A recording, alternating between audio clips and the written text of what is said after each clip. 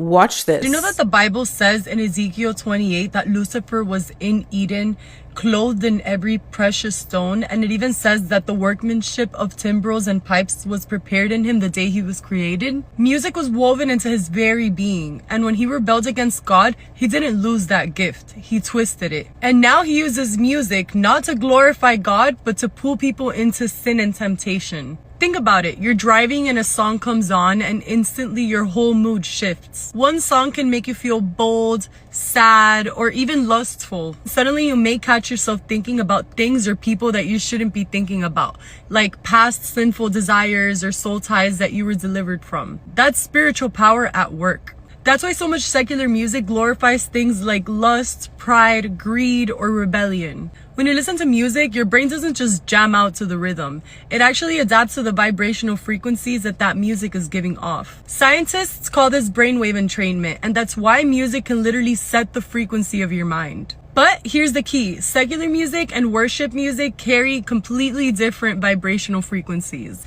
One stirs up lust, pride, and rebellion, and the other one brings peace, conviction, and the presence of God. Even science admits that sound could be weaponized. Low frequencies can cause fear, confusion, and even sickness. If man can weaponize sound against the body, don't you think the enemy weaponizes music against your soul? On the other hand, worship calms the mind, lifts the spirit, and opens the door for God's presence. That's why David's harp drove demons away from Saul in 1 Samuel chapter 16 verse 23. It wasn't just music, it was the Spirit of God moving through sound. Worship tunes you into heaven's frequency, while darkness tries to tune you into confusion and temptation. The Bible says in Romans chapter 12 verse 2, do not be conformed to this world, but be transformed by the renewing of your mind.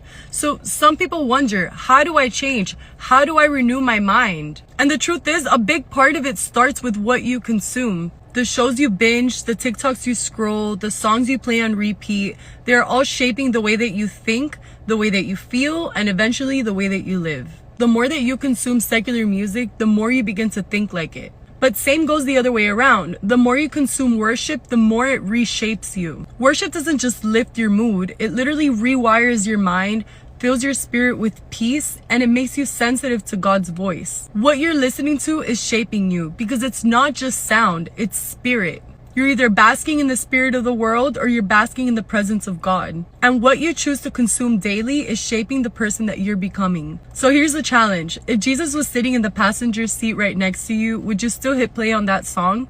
Because truth is, he is. So be discerning and don't let the enemy disciple you through your headphones. Remember that music isn't just sound, it's spirit, and the spirit behind it matters.